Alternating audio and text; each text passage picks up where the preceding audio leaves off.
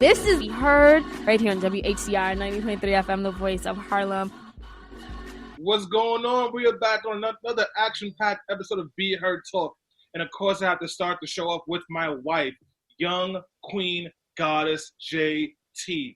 First day out. She came out of prison and put that song on wax, and I knew I had found me a new black queen to worship. Shout out to JT. Speaking of JT, this is me, Stan F. Stanley Fritz. You can find me on Twitter at Stan Fritz. You can find me on IG at Stan Fritz. You can find me on Facebook at Stanley Goodhair Fritz. We all know it's a joke. Mark Zuckerberg won't let me change it, so I'm stuck with it now. But if you like me that much, you can even go to Snapchat where I get my thought filter rocking at, and it's Dark Skin Swindle. We got a packed show with a lot of great people here, and I see the melanated, moisturized king on the screen, Damon Stubbs. Speak your truth. Well, I mean, dang, you just skipped straight to, can the co-host go ahead? But I don't know. Damon is looking melanated and moisturized, so I don't know. Wow. I will actually introduce Damon, even though I'm like a little lagged. But before we get to our guest, I just happen to be the executive producer and co-host of the show and founder. I happen to be Selena. So follow me on Instagram and Twitter at Miss Selena Hill. I know Stanley, he will respect any and everyone except for me, but it's all good. So yes, this is Be Heard Talk, where we talk race, politics, and culture. We do that all from our very diverse perspectives. We're gonna be the most diversified ever. Well, in a long time, I want to say ever, because we have a very special guest who will be joining us later in the show. We seldom hear from our conservative brothers and sisters on this platform, so we wanted to extend an invitation. And a little later on, I am super excited to introduce Jason Landon. Not yet, he will be coming on later. But before that, I'm super happy to have Damon back on the show. Harlem's very own. Damon is actually an account executive at a fintech firm. He currently serves as the National Urban League movement as a young professional, both locally and nationally. And he is the founder and organizer of Conscious in Pentecost, a faith initiative and multi-platform movement that confronts racial injustice in both sacred and secular spaces. Welcome back to the show, Damon. Hey, what's going on, family? Yo, it is really dope to be back. I'm excited. I can't wait. And y'all brought me in for the Kamala special. So, I think this is my third time on the show, so I'm ready to get into it. So, what's good? Yes. Yes. Tammy. After coming to the show 3 times, I'm going to ask you for money now, and I ain't going to pay you back neither. But I'll tell you I got you on the first. Word. I'm about to start at least sharing my Cash App. Y'all going to at least have to do that. So. Did you introduce yourself? Yes, I did. I actually took 5 different jabs at you while I was introducing myself. I dodged them all because I'm a king. But listen, let's get to the news roundup goddess, the Queen Petty, the master of messy, the eyelash mommy, Tammy. Watch the beloved David. Oh, yes. Yes, and that is how a queen should be treated. That is the expectation every week beyond this. Hi, y'all. Happy Sunday. My name is Tammy David. I'm the newest co-host of Be Heard, otherwise known as your problematic fave. I cannot wait for our conversation later, because today my bullshit is y'all still ain't convinced me to vote. So maybe you'll change my mind.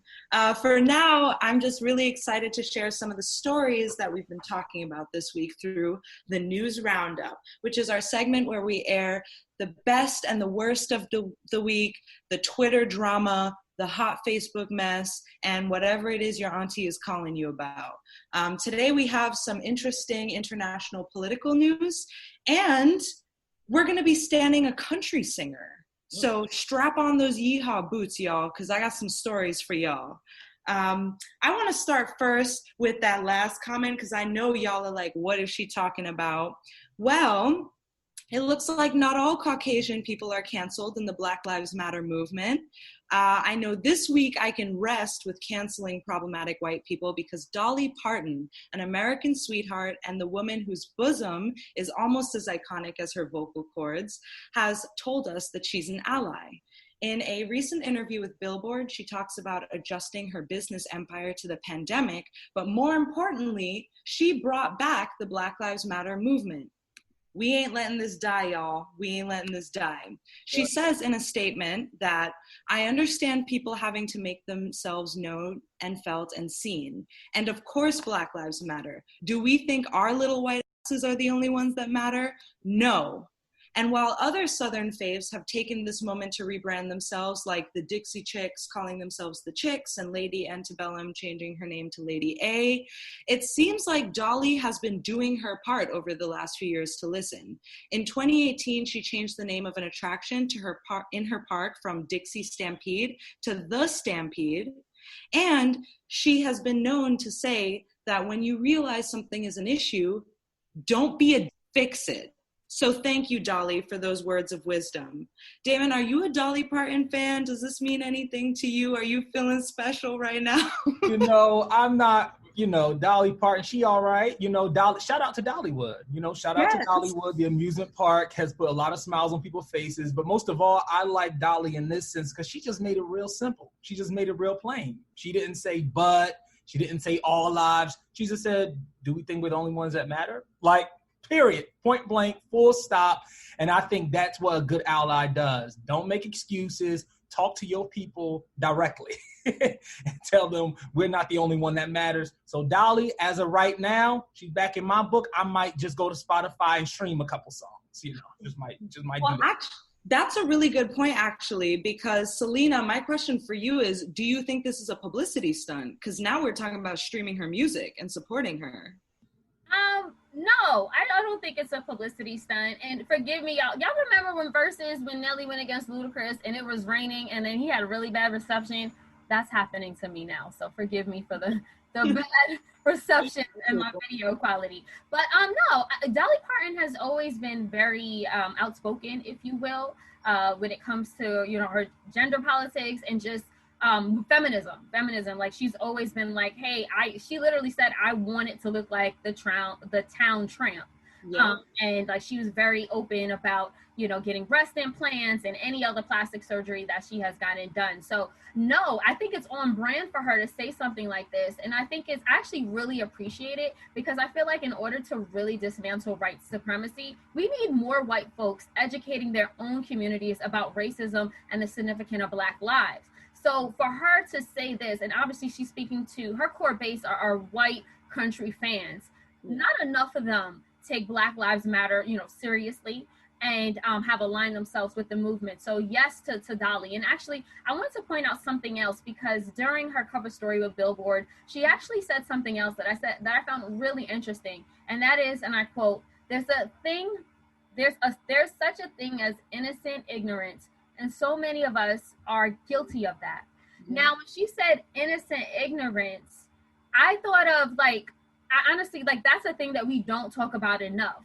And I feel like she was a perfect example of that back in 2018 when she actually renamed a restaurant in one of her theme parks. It was Dixie Stampede. She changed it to a Stampede because at that time in 2018, she realized Dixie is a term associated with the Confederacy.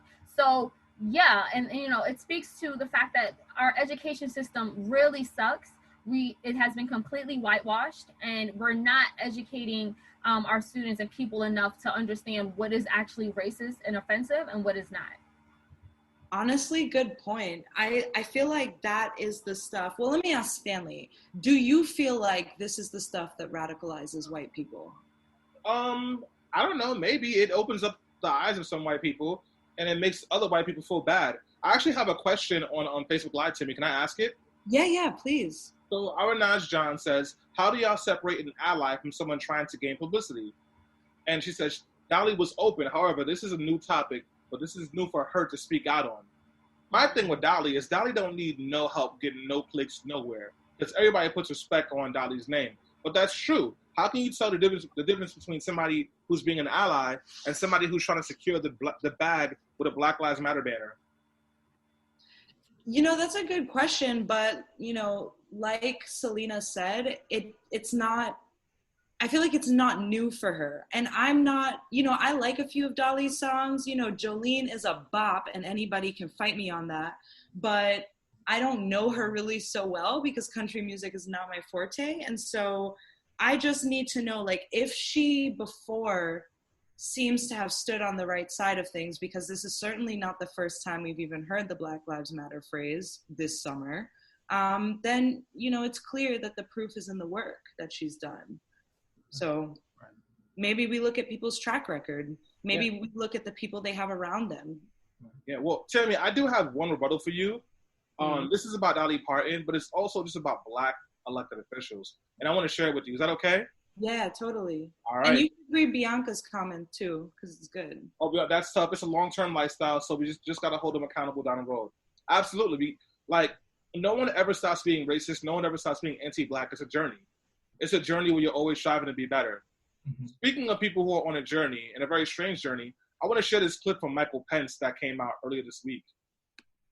Kamala Harris said she would change the dietary guidelines of this country to reduce the amount of red meat Americans can eat. Well, I've got some red meat for you. We're not going to let Joe Biden and Kamala Harris cut America's meat. That's right. Wow, that is the most American statement I've ever heard in my life. All those people with cholesterol problems, like in that audience booing about less red meat, like that's just deeply American. Not out of breath, like, ugh.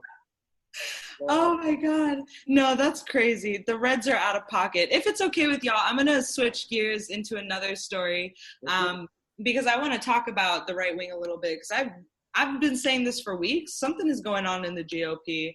It looks like our show, Who's Your MVP for VP, might have jumped the gun a couple weeks ago since Herman Cain is tweeting from beyond the grave. Using the news of the recent Democratic VP pick, Cain's account has gone off slam dunking Kamala Harris. From saying that she has a ton of baggage and a political glass jaw to reminding us of Tulsi slam dunking her and taunting the left, they have really rebranded themselves as Team Cain, which is being run by, you know, his professional team, members of his family. So I want to know from y'all, do you think that that's tacky or tactless, or do you think that that's actually tactical, using right-wing, especially Black right-wing support to like mount an attack? And you know what, I'm gonna ask you first, Stan, because you brought up like that clip. Like, do you think that this makes sense, or is it just like in line with their recent messiness? It's tacky and it's tactical. Like there's not that many high-profile Black Republicans. So just because you're not gonna let a little thing like death stop you from using the voice of a Black Republican to try to convince Black people that the COVID virus is not killing them and that Kamala is a bad VP choice. This is what the Republican Party does. You know, this is the same party in the 2016 convention. They brought a woman on whose son died during Benghazi and let her give a speech saying that Obama was the one that actually murdered her son. And this woman was very obviously in trauma and in pain, and they took advantage of that. This is what they do. Yeah. Damon, do you think that, okay, granted, there's been a lot of tweets, but one in particular sticks out to me. In the wake of their rebranding, you know, they started going back on and they got attacked. And then they posted a tweet basically about how the left and progressives are hypocritical because some of us were gleeful about Herman Cain's death. And now we're saying that it's tacky for them to be tweeting.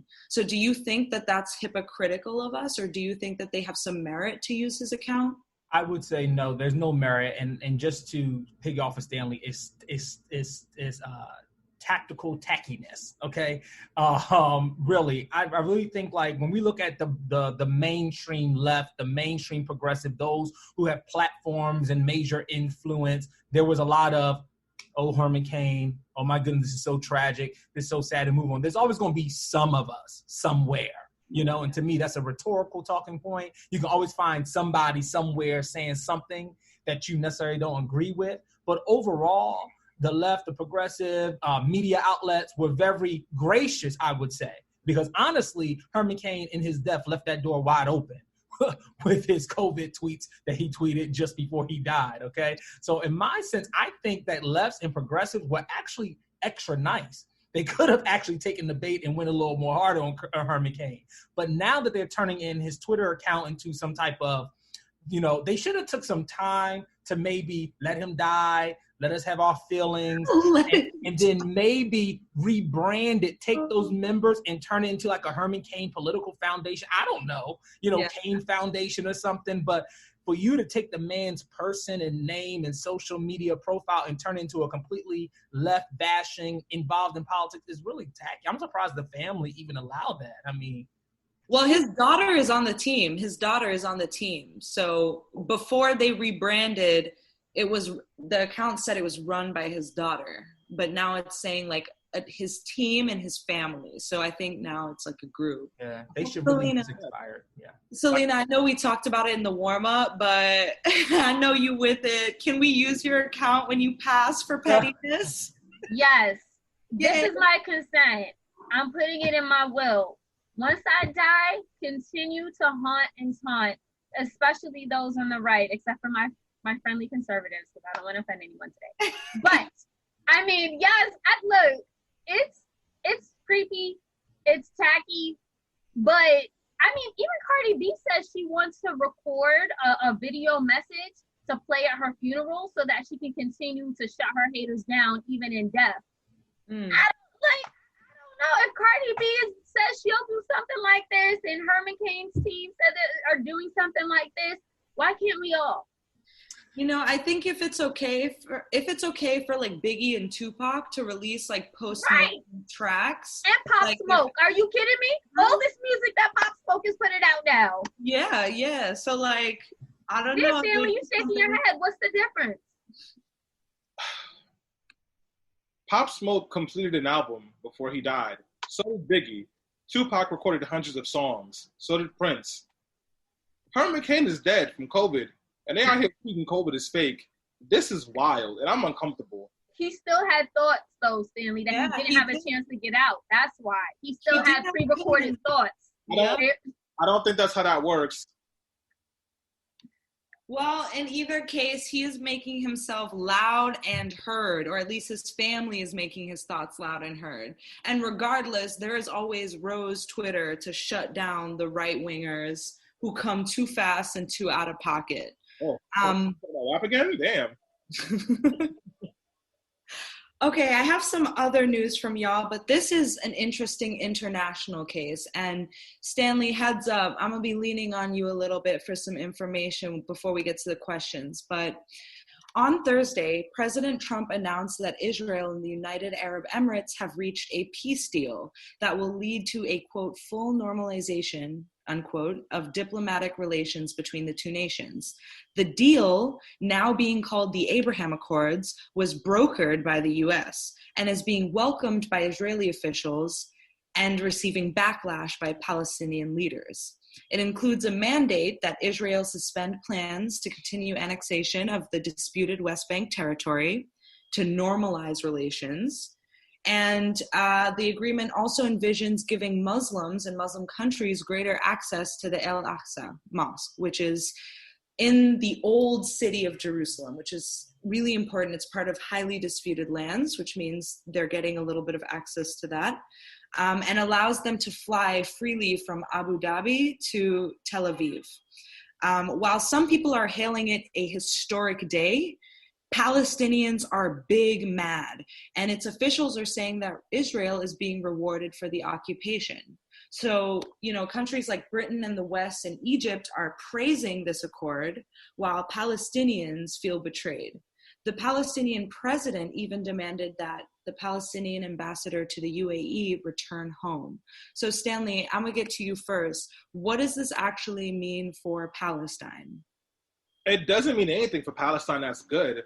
What it means is that, the way that I take it is that the UAE is looking the other way as Israel continues to run an apartheid government.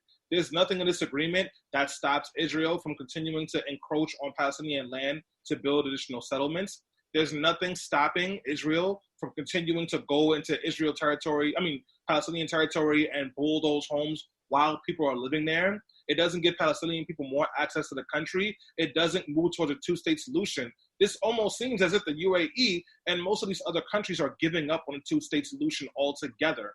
So the UAE, they benefit because they get more access to some of the holy lands. They'll definitely make some money off of this. Israel will be strengthened and confirmed as a more of like a Middle East power, but the power erased for the negotiation. This is a heist. This is white supremacy through policy, through imperialistic policy.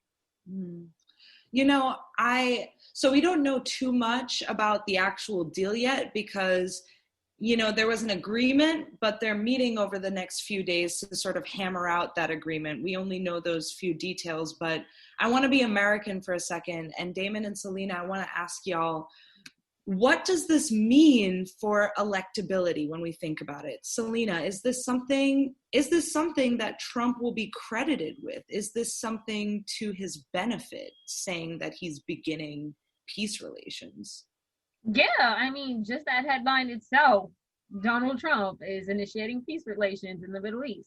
I mean, yeah, and I think that, you know, his base, they have been very outspoken. They're very pro-Israel, which is fine, but that doesn't mean that you have to be against Palestinians and the occupation that's been going on in Palestine for decades. So yeah, I do think that it could help him to win an election in less than 100 days, especially knowing that his base is very conservative. Damon, what do you think his voter base is like reacting to? How do you think they react to it? I mean, honestly, his base is his base. I think he doesn't need to do anything but breathe to get elected by his base. I think the only way that this deal might, well, not even deal, that this headline might attract or bring positivity to his campaign is maybe some white evangelical suburban mom who has a little bit of conscience, who's looking for a reason to vote for him and not vote for Biden so she can ease her own conscience. So maybe she'll be able to say, see, he's working out peace deals in the Middle East, you know, and, you know, Jared Kushner's really helping with that. And, you know, so I do believe there's a small block of voters that know Trump ain't qualified, know he's trash, but yet they're looking for something positive that they can cling on to when they argue the reason why they voted for him while the rest of the world is side-eyeing them. Good point, actually. Could I just jump in real quick? Because I think that like, it's going to be, it could be more beneficial than we think, because you're forgetting about Zionists. So there are the Jewish people who believe that Israel has a complete right to be a state and there should be no pushback and there should be no interference from Palestinians or any other countries. Getting an agreement with the UAE goes a long way in helping to potentially reduce pushback from some of the other countries that have historically been hostile to Israel because of their handling and treatment of Palestinian people. This is a big victory for Trump. Wow, interesting. I feel like the GOP is sort of scrambling for wins in these days leading up to the election. So I can promise y'all viewers that we are going to keep our noses out for these stories of little things that they're doing to sort of subdue and trick the population into voting right. Speaking of, you know, some of these efforts, and this is going to be our last story before we get to our exciting main topic. The Department of Justice on Thursday, same day, accused Yale of violating federal civil rights laws. And their findings are actually anti-affirmative action. What they're basically saying is that Yale is discriminating based on race and national origin in undergraduate admissions process. And for the great majority of applicants, Asian Americans and whites have only 1/10 to 1/4 of the likelihood of admission as African American applicants with the same credentials. So that means, like, you know, they're claiming that for all the Black and, you know, Latin, whatever applicants, only 10% of white people and Asians with the same credentials would be allowed in based on affirmative action. New York's dirtiest rag, as I like to call it, the New York Post, published a piece that Yale should not receive taxpayer money if discriminating against Jews and Asians. The interesting thing about this story is that something similar happened at Harvard a few years ago. Shout out to Shayna for giving me that fact. In 2014, a group called Students for Fair Admission, which is an anti-affirmative action group, attempted to sue Harvard over similar statistics where they felt that Asian and Caucasian students were discriminated against. However, the case flopped. And in 2019, a US district judge in Massachusetts ruled that it does not illicitly discriminate. So the group filed an appeal, and we're going to hear an oral argument in September 2020. And while the Yale case is similar, we're living in really different times right now. So who knows if this will impact Yale in a positive way or a negative way. All I know is that this is definitely a desperate grab by conservatives. Damon, do you feel like affirmative action is something that like blocks other races from getting good spots? Absolutely not. First of all, affirmative action, just look at the word, means to affirmatively act in a way because evidently there's an issue, okay? Evidently, first of all, when we look at Yale student population, if you just do a quick Google, whatnot, in 2017, it's like 6 to 8% of the students are Black. 6 to 8%. I also want to emphasize the word same credentials.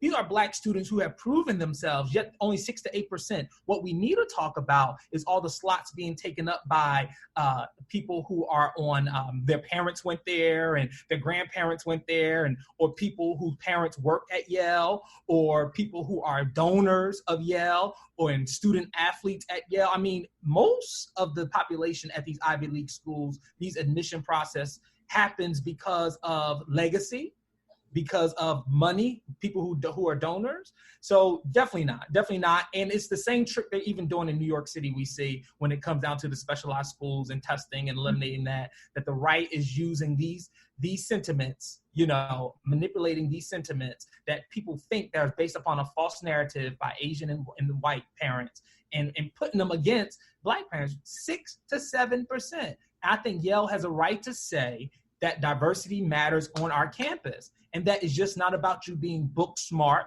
or just you about coming from a certain. We want people from everywhere, and in order to have a robust, diverse learning community, Black people must be on campus. And you're complaining that we only have 6 to 7% of us, and we're the problem. You got to be crazy. They're crazy. So I just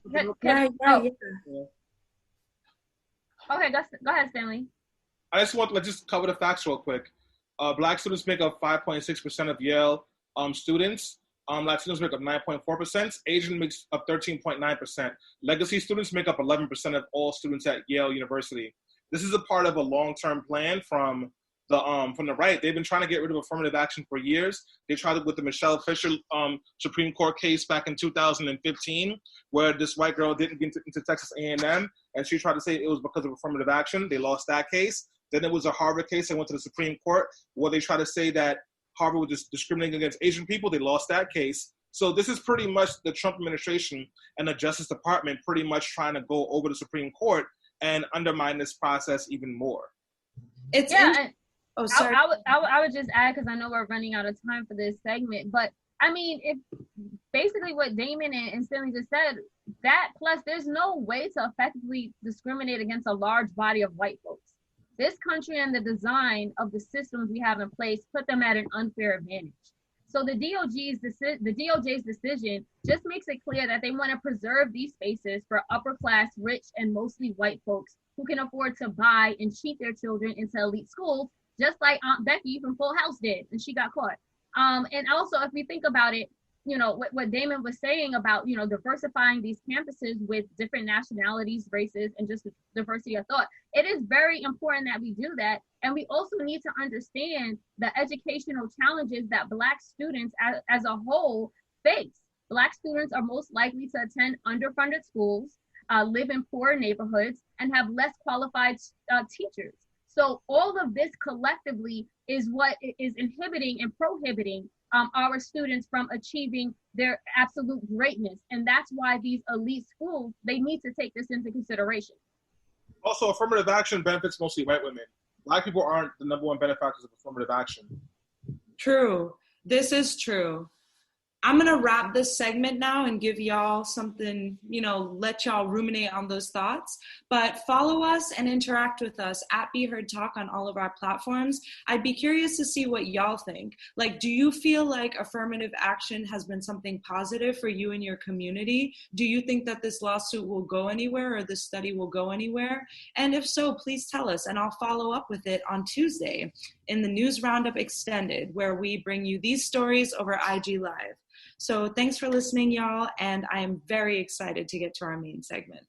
Thank you so much, Tammy. And with that being said, I know a lot of y'all pulled up to talk about the Kamala Harris and Joe Biden ticket. So let's talk about it. It's official. After months of speculation, Senator Kamala Harris was finally announced as the vice presidential nominee, marking the first time in history that a Black woman has been chosen on a major party's presidential ticket. Not only is Kamala the first Black woman, but she is also the first woman of South Asian descent and the first HBCU alum to hold such a position. However, conservatives wasted no time using racist and sexist trolls to attack her shortly after the announcement, calling her ambitious and perpetuating birtherism conspiracies since she is the daughter of Jamaican and Indian immigrants. Newsweek went as far as to publish an op-ed that questioned Kamala's eligibility to be vice president, even though she was born in California and is undeniably a U.S. citizen under the 14th Amendment. Meanwhile, President Trump used racist rhetoric when describing her as so angry and a mad woman. Other conservatives pointed to her record as California's former district attorney and attorney general, saying that she was too soft on crime. On the other hand, Kamala has also been criticized from some on the left for her record as a prosecutor and her handling of cases involving police shootings of civilians while she was attorney general. So people on the left, some of us on the left, are saying that she was not progressive enough in stepping in to overhaul police departments and that she sided too frequently with police unions. Her stance on capital punishment has also drawn scrutiny since, as an attorney general, she appealed a judge decision declaring California's death penalty law unconstitutional. So today on Be Her Talk, we're going to unpack Kamala Harris, what she brings to the Democratic presidential ticket, the party at home, and Black America. And joining our discussion, we have a very special guest, Justin Landon, who was the youngest elected official and first Republican elected to a local city council in Northeast Florida at just 18 years old back in 2003. He is a licensed optician in Manhattan and a licensed realtor. He is also a husband and the father of two who lives in the Bronx. So welcome to the show, Justin. Thank you. Glad to be here. So I want to start this discussion by hearing some of your initial thoughts about when Biden announced Kamala as his VP pick. Like, I know for me, even though I have not always agreed with Kamala's politics and past decisions, I rejoice at this historic moment because it gives Black women and girls the ability to see themselves in a presidential candidate. I want to start with you, Stanley. What was your initial reaction to Kamala Harris as the VP pick? You know, we're talking about Joe Biden here, so I wasn't expecting, Joe Biden to pick AOC. I thought that he Hold on, Stanley, bring that back. What did you say? I said, this is Joe Biden we're talking about, so I wasn't expecting him to pick someone who was going to be super radical or on the left. I wasn't expecting him to pick AOC. It always looked like this was Kamala Harris's job to lose, and she didn't lose it. And as far as like progressive policies, Kamala is more to the left than Joe Biden. She's not as much to the left as I would like, but she's not a middle of the road Democrat. She's not a cookie cutter person, and she's much younger. And she affirms the fact that Black voters, particularly Black women voters, have been carrying the party. So I wasn't surprised. I wasn't super excited, but I wasn't disappointed either. Tammy, you have been very vocal in the past, actually very critical of Kamala Harris based on her record. How did you react and respond when it was announced that she is the VP pick? Yeah, y'all know I love to talk my talk, so I called her a cop on this show like 30 times. Like, I might do a run back project in the future, like some sort of throwback where I try to find all the clips I have of calling her a cop and like put it together in a nice segment for y'all. Honestly, I'm unsurprised. That's it. Just unsurprised and unbothered. Who cares? Saw it coming. No big deal. So you feel indifferent? Yep. Do you feel any more strongly either for or against actually voting come November? No, it's crazy. It has not changed. It hasn't even, it's not even registering as like a change to me. So as of today, you still plan to not vote in the general election. Is that true? Well, I don't know if I'm going to not vote or vote third party. I like to vote third party just to get their numbers up, to show that there are some of us in the states that want to dismantle the two-party system. But I still haven't decided. It just definitely still isn't Biden for me. Okay, fair enough. Damon, I want to get your voice on here. How did you feel about Kamala being the VP pick? And how do you feel about some of us on the left who say, I don't care, she doesn't do it for me, still, I'm not going to vote for her? Yeah, I mean, honestly, I myself, if you already know, last time I was on the show, I was pro Kamala Harris. I still am pro Kamala Harris. I was very excited, beyond just being a symbol. I think she's beyond a symbol, though symbols are important. I also believe that she is qualified, that she's competent, that she's successful, that she exudes a lot of excellence. And though it may not be every little political decision I can say I agree with, overall, I think Biden picked not just a Black woman, but Biden picked a very well-qualified, competent, successful woman who I think is going to do great. So I'm very excited. And for those who are on the left, I think, honestly, it's time to drop the primary attitude and get ready for the general elections and say, let's roll up our sleeves and let's work to ensure that a Biden-Harris ticket wins. Because let's just be honest, they are our options. I respect those who want to vote third party, but that is not a national sentiment or a narrative that we should be pushing, especially among our peers who live in other states and other situations where that's not the case. I think we need to do all we can to make sure Biden-Harris wins, period, full stop. Okay, well, Justin, I want to get your voice here on this initial question because an ABC News Washington Post survey found that 1 in 4 Republicans approve of Kamala Harris's VP pick, while 55% disapprove. Justin, where do you stand? Well, she's growing on me. Okay. Yeah, she's growing on me. When Biden came out and had picked her, there wasn't any jumping up and down or anything for me. I will agree it was definitely a safe pick. And what I feel like is making me grow with her is more of the attacks that her own people, the Democratic Party, are going after her with. It's actually making me feel, I won't say sad because she can definitely take care of herself, but it's making me kind of like, well, hey, why is her own party trying to tear her down? And that's what's really kind of, eye-opening for me. They keep saying, oh, she, put, Blacks, African-Americans in jail. At the end of the day, Senator Harris did her job. She did what she was supposed to do, what she was elected to do. At the end of the day, I mean, you did the crime, you did the time. And that's what she was there to do. I mean, I would like to see the other side. What if she was soft on crime? What would they have been saying then? She didn't lock anyone up. She let everyone run the streets wild. She did her job. And I feel, confident that, she's the type of woman that doesn't matter what she's got to do. If she says she's going to do it, she's going to get it done. Justin, great point and great question. As someone, you are a Republican, and you asked a really good question to Democrats. Stanley, I'll throw that at you. Why is it, to Justin's point, the Democrats are tearing Kamala down? I think it's a combination of a couple of things. So one, we need to be honest about this country and the world really not really liking Black women, period. They don't like women, but they especially don't like Black women. That's why a candidate like Hillary Clinton, who was head and shoulders more qualified than Donald Trump, had so much trouble. That's why Elizabeth Warren had so much trouble.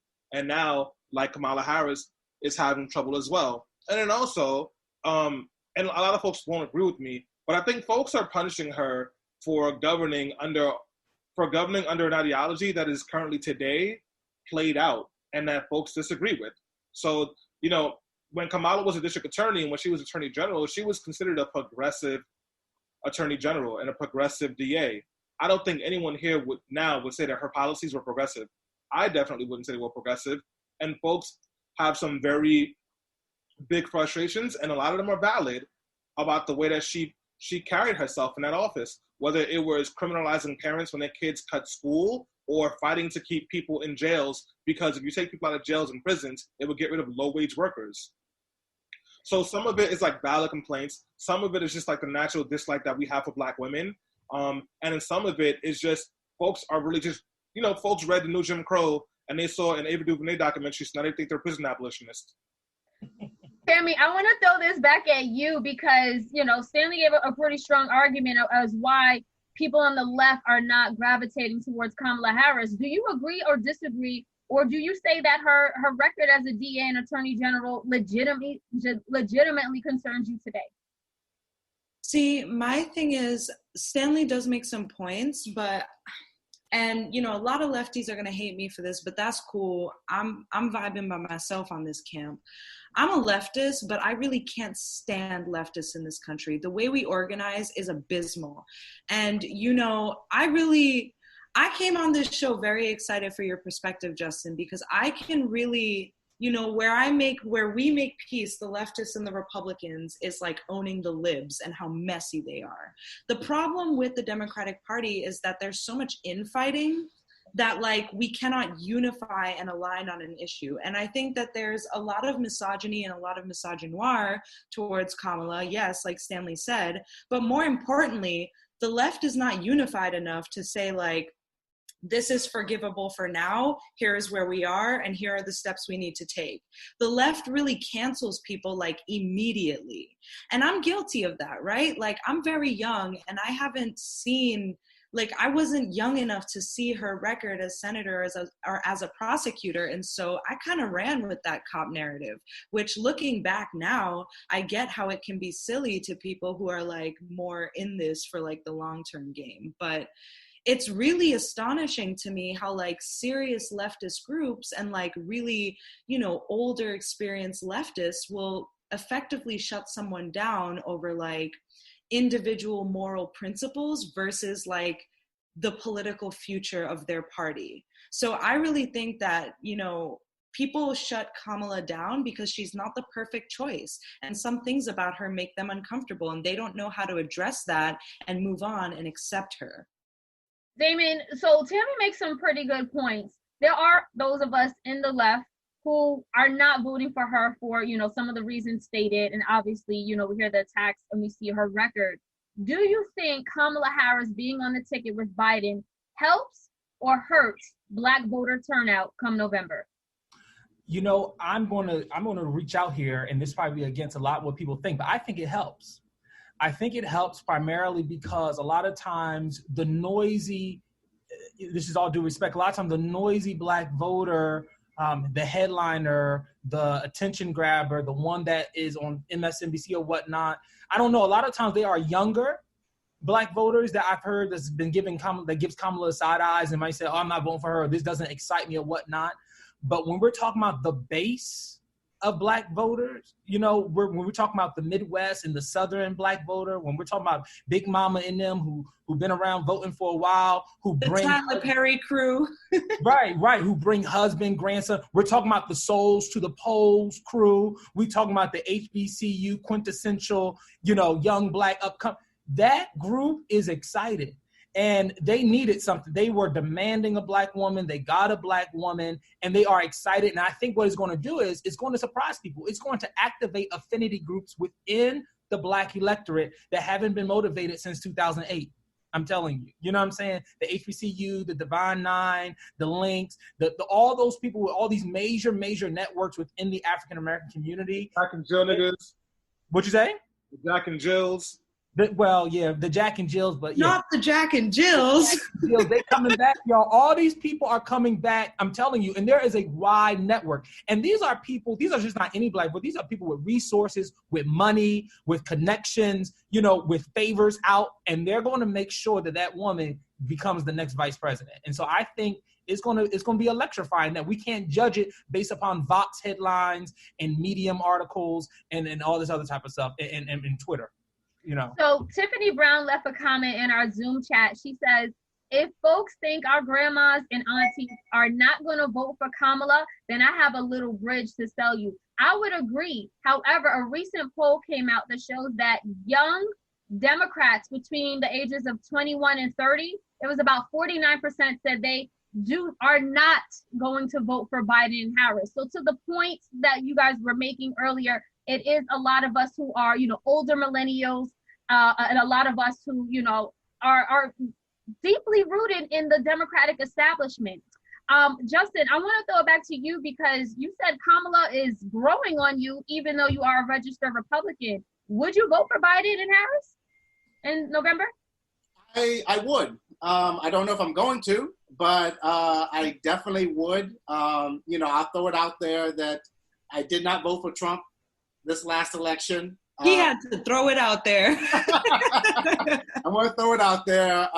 But, there's some things that I definitely like that he's been doing. But, yes, at the end of the day, I can vote for Biden and don't know what I'm going to do. I'm still paying attention. But going back to the last question that you were saying, is she electable? Can they be elected? I definitely think they can. I'm from Florida. Just from what I'm hearing, the chatter all around, that she has excited the Indian culture, the Jamaican culture. They are ecstatic in Miami right now. And all Caribbeans. Yes. So it's going to be, I think it's something major. You're going to shoot me, but go ahead. I mean, at the end of the day, the young Democrats weren't voting anyway. That's what lost the election for Hillary, in my opinion. So I don't think they need to sit there and try to pander to them. I think it's a complete waste of time. They honestly, Biden and Kamala, they have to go after these independent voters. That's what's going to win this election, independent voters. Forget the college kids. They're either going to vote or they're not. There's nothing that you're going to say that's going to get them out of their dorm room to come and vote. So Justin, yes. Before I let you go, I have you. What is it that Trump did in the last 4 years that has you considering voting for this man? Well, there's a couple little things. I mean, one, agree or not agree, but one thing is I love his stance on America first. We have way too long taken care of other countries instead of taking care of our own. He has stood up to NATO. That has been a big thorn in my side personally. He has made other countries finally put in money that they should have been paying a long time ago to protect the other countries. We've been paying it ourselves for so long. He's been doing that. The FDA, this came out last year, a little old, but the FDA has cut down on the pricing of drugs. The generic drug price has dropped for the first time ever. I'd link that to Trump. When Trump says something, regardless of where we are, when he says something, actions happen. Something happens. Whether the stock market goes up, the stock market goes down, whatever he tweets or says, there's some type of action. Go ahead. You wanted to say something? Selena? Sure. So, a couple of things. Just to push back on the comment you said, when Trump says something, things happen. Well, yeah, that's the power of the presidency. When you say things, you have huge impacts on people and on markets and on systems. That's not a power. That's not a skill of Trump's. And then also, the price of medicine going down is also impacted with how they negotiated across the ocean in the UK and other countries who negotiate as a government instead of letting private companies negotiate on their own.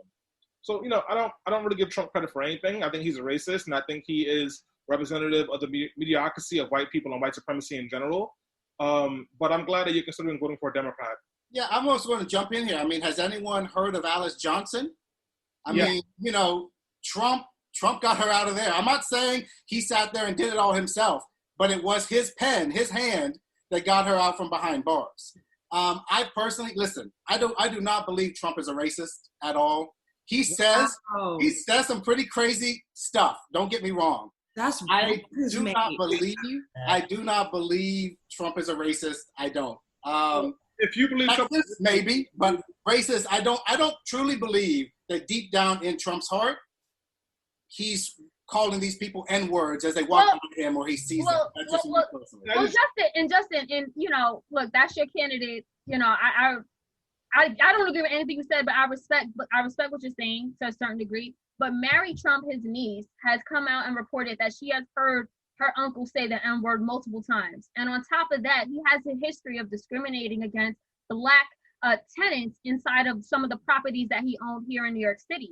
And on top of that, he was the one who was trying to get the Central Park Five, those young Black and brown teenage boys, the death penalty after when they were being framed for raping a white woman. And then after they were exonerated, he said that the New York government was stupid for like even giving them a settlement. So I mean, if that doesn't prove, I mean, there's more than that. I mean, he's also called white supremacists very fine people. He's also called African and Haitian and Haiti as a country, as whole countries. Like, I mean, the list goes on and on. Why don't you believe he's a racist based off of what he has shown and proven to us time and time again?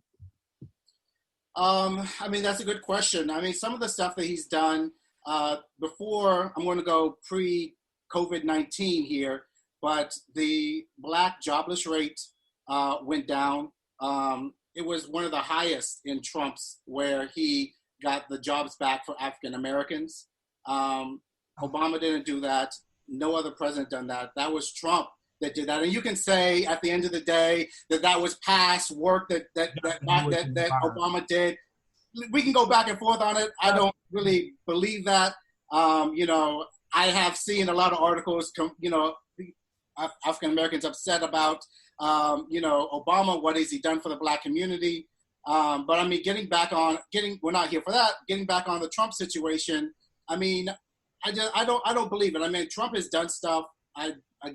For the African American community. Again, the jobless rates. You know, I heard him speak about the whole Alice Johnson situation, and he has spoken many times about the justice system. No president has really gone into detail and started about the criminal justice system and how terrible it is right now, where it has always been. Excuse me. So I believe that, you know, Trump, if anyone, can get that done. If you believe that Biden is going to change the criminal justice system, I think you're going to have to wake him up. But go ahead. Selena, I'm sorry. Yeah, go ahead, Damon. Then we'll go back to you, Stanley. If I can say this, I don't want to go too much into Trump, because every fact that Justin threw out, it needs proper context.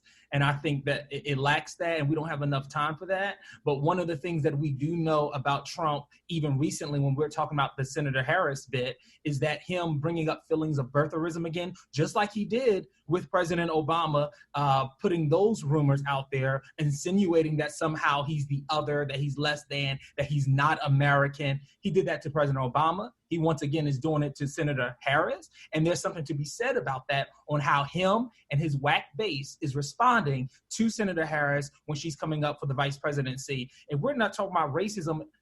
Listen, letting one Negro out of jail does not make you a non-racist, okay? But when we're talking about you creating a whole atmosphere that is very aggressive, okay? We're talking about a man who won't speak against police brutality, a man who has no understanding or no political will to do anything about police brutality in our country or about policing. You bring up Biden and Harris, and whether or not do you think they're going to do something about criminal justice? You know, that's a very good question. I'm not sure, even though Senator Harris has the Justice and Policing Act right now that she's authored right now, that somehow the Republicans won't bring to the floor. But what we do know is that they are approachable. What we do know is that Black leaders can approach them, and that Democrats can at least have democracy play out, and we can use politics to pressure them. This administration that we have now, we can't pressure them around our issues and the things that concern us. They don't care nothing about us. And so that's my thing. That's the difference. Senator Harris, Biden are not perfect by any means. But what I do believe is that they're willing to meet, they're willing to sit down, they're willing to be pressured, and no candidate comes ready to eat. And I think that's what democracy comes in at. So, Tammy, I know you asked to jump in ahead of Stanley here, and we do want to just keep this train moving. So, Tammy, did you have some reactionary thoughts quickly? Yeah, just quick thoughts. I wanted to say that, like, you know, this conversation is interesting. I know we've gone a little off topic, but to me, this is exactly what proves, like, people in my camp our thinking and like why the two-party system really just does not work. I know we're sitting here having this conversation about like which side does better things or which side can be held more accountable, but the fact of the matter is they are this, which for our podcast listeners, I'm holding up a picture of the Spider-Man meme where it's two Spider-Men pointing at each other, and that is exactly how I feel about the two-party system. Like literally, you know, Trump is, you know, sorry, Justin, but I gotta side with my homies here. Like, Trump is an overt racist, and Biden is a covert racist. And within both policy platforms, you see major problems that will impact the Black community and will not solve our lack of health care, our lack of funding to schools, our redlined and segregated neighborhoods. Neither platform is talking about changing these in a major way. And so like when we sit and have these conversations, it's like, no, I don't really get excited about the Democratic ticket because to be honest, they're just like the socially kind and like, it's the diverse version, you know, it's the diverse ticket. We have a Black woman on there, but you know, what does that really mean? You know, Justin likes Trump's foreign policy, and how does that look so different from the Democratic foreign policy? Well, thank you for that, Stanley. I definitely want to get your voice back in here. The latest point is that the two parties aren't that much different. That is the argument that Tammy is making now. What is your response to that and everything else being said? So a lot was said here, and I want to be like respectful of everyone's opinions here, and just say that the both parties are the same is. Stanley, you're breaking up. Start that again. All right, I said with respect to everyone's opinions, I want to start with the two-party argument. That saying that they're the same it's just not true. Right. It's not true. There are a lot of similarities. There's an issue of capitalism and how it influences political parties, and both all those parties are deeply influenced by capitalism in a lot of different ways and a lot of similar ways. So I can agree to that. But to say that both parties are the same is just completely inaccurate and completely false. And I think that it's not having long-term vision to say that both parties are the same, because they have consistently proven that they are not. Mm-hmm. So that's the first thing. The second thing is I want to read a quick comment from Ben Nana, who's on Facebook responding to Justin. And Ben says, Trump is absolutely a racist. Anyone who says otherwise is completely acting in bad faith or with willful ignorance. I actually want to push back a little bit on what Ben said. I don't think it matters if Trump is a racist or not. Justin, if it helps you sleep at night to say that Trump isn't a racist, that's fine. I get it. Because if you're going to be a Black Republican, it's going to be really hard to admit that Trump is a racist, because then you have to admit your entire party is racist. And even though I would argue that they are, like, how could you hold down a party when you know they hate you? So I get where you're coming from with that ideology. But the problem with Donald Trump, whether he's racist or not, is that he's like most white people. White people are an inherent threat to Black people. And when they're insecure and afraid of Black people and brown people, their ideas, their words, their actions can be a clear threat to Black people and Black lives. And then when you give someone who may not be quote unquote racist, but is afraid of Black people, has negative stereotypes about Black people, thinks that he is smarter than Black people, you give him the power to change the laws and implement policy that can impact the lives of millions of people, what they do ends up being racist. I mean, sure, we can say that the Republican Party is not racist, but we can also say that the Republican Party thinks that Black people are ignorant for supporting Democrats. And we can also say that the Republican Party believes that trickle-down economics will help all people, even though we have 40 plus years now of evidence showing that trickle-down economics does not actually work. And we can say the Republican Party maybe isn't racist, but they really do seem to love the police a lot. And even though we have over 100 years of evidence that police have been killing Black and brown people, particularly Black people, at much higher rates than they kill white people, Republicans still put all their support behind the police. So we know all those things. So maybe you can say Republicans aren't racist, but we can also say Republicans seem to be really comfortable with the killing of Black and brown people and supporting all the institutions that do that. Additionally, when you say that the Black unemployment level went down under Donald Trump, that's not just patently false, it's completely out of this reality. Barack Obama came into the White House when we had the greatest recession since the Great Depression, the economic collapse of 1929. Black unemployment was somewhere in 20 to 30%. White unemployment was somewhere in 10 to 15%, the highest it had ever been since we started counting unemployment. And in his 8 years, he worked within the framework of capitalism to help bring the unemployment level down. Black people always have a double unemployment rate than white people. Maybe those white people aren't racist, but we also know that white people don't hire Black people, and that Black women are not likely to get jobs if they were there naturally, and that Black people are blocked out of communities, and Black people are blocked out of economic opportunities. So the fact that we're saying that the unemployment level for Black people went down under Trump is not true, because it's not the fact, but it's also not true because history has shown us that that is not the case. Actually, we have about 35 to 40 million people who are currently unemployed. Donald Trump is fighting to pull away unemployment benefits while also doing a payroll tax cut that would only take money from Social Security and not help all the people who don't have jobs. The idea that either you have to be completely to the left and want to revolutionize the world, or you're just a racist and you're a white supremacist. And I don't think it really is that simple. And I don't think we're being honest about.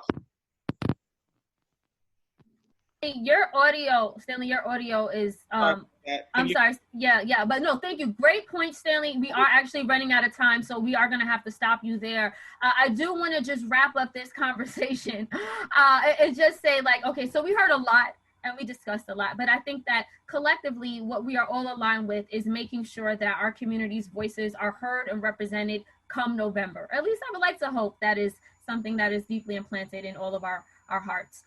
So, final thoughts on this topic. I'll start with you, Damon, and also what needs to be done to make sure that our community, the Black community, our needs are heard and represented come November.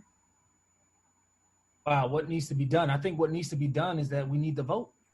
I think right now in this moment, we need to vote, and we need to register voters across this country, just not battleground states, because we need to use this moment to allow people to come into the political process as a whole. We just don't want people to vote in federal elections. We want people to know that voting matters in everything that we do. All politics are local. And I think in this moment, when excitement hits, that's the message we need to leverage. We don't need to make just Democratic voters. We need to make citizens, engaged citizens. And I think that that's going to be very important. And I would encourage every young voter who's already registered and engaged, who may be liberal or progressive or left or whatever, please, I want you to do some reading, get some facts, and really open up and broaden your mind a little bit to understand that there's more than just your personality or your person that you wanted to win or your ideology, that in specific moments, sometimes we have to do specific things to ensure that we capture it so we can have another moment so we can continue to progress. So that's what I would say. Thank you, Damon. Justin, what are your final thoughts on this topic and what needs to be done so the Black community will no longer be the forgotten community? Well, I definitely agree that you need to do your homework. And you need to ask a lot of questions. Don't be afraid to ask the wrong question, because there is no wrong question. You need to ask, what is each party? What are their platforms? What are they going to do for me? What are they going to do for my neighbor that lives next door? Not the person that's living, at the country club or anything like that. What are they doing for me? I personally don't believe that Donald Trump or Joe Biden are very different. You can shake and get upset about it. I don't believe they're very different people. Exactly, it goes back to your point. So, my whole thing is take a look, ask questions, do your homework, see who is who, what's going on. There are small differences. There's going to be like, oh, so-and-so does this, so-and-so does this, but just ask the questions. Going back to the topic of the situation, I do believe that Sleepy Joe has woken up his campaign with Kamala. I think she's great, and it's going to be very interesting come November. All right, thank you, Justin. Tammy, what needs to be done? So, and I'm going to specify this. You identify as a young progressive. How do you think it would be best for your, base, your demographic to be heard come November? First things first, I want to clarify. Black people are not forgotten. It's not like we're not heard. It's that we're ignored. When it comes to elections and polling, we are very critical to both parties, and it is very known. Trump was literally giving out money to Black people to get them on the Republican side. And now the Democrats put Kamala as VP to appease us and give us representation and a voice. So it's not like we're forgotten. What I think is best for my base to hear is stop accepting so little from the party that you prop up and you support. Democrats are not giving you what you need anymore. Okay, Democrats are now hanging on to the thread that we are the less evil. We're the ones that are not going to deport you and actively call you the N-word to your face, so vote for us. I want to let people know that third party is something that is really, really important to look into and will be transformative to our country, I think, if we get out of this two-party deadlock. I want to close with some statistics. According to the Federal Election Commission, if a third party gets over 5% of the vote in an election cycle, they are eligible for public funding in the next cycle, which means convention money, grant money for candidates, and public matching.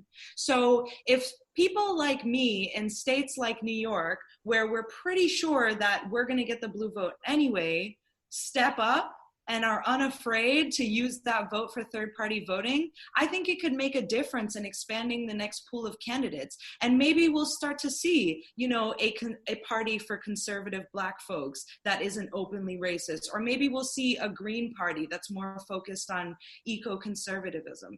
Either way, the two-party system does not work for us. Thank you, Tammy. Stanley, is Tammy right? Should Black folks vote for a third party come November? Is that the solution here so that our communities are not ignored or forgotten? No, there's not even a good third party candidate to vote for in this November. That's the West. That's just pulling votes away from the Democratic ticket and helping Trump to win. So no, if there was a good candidate, we could have a different conversation about that.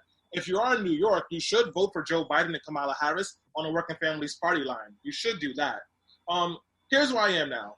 There's what you believe, and then there are facts.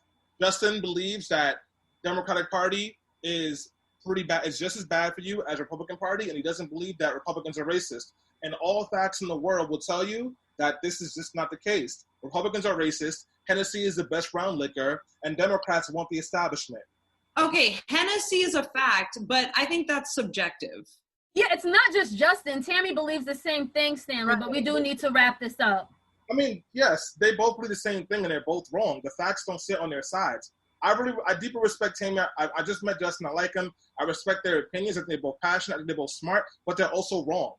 And if we're talking about transforming this world, I got some bad news for you. The revolution is not going to happen tomorrow. And if it did, we wouldn't be ready.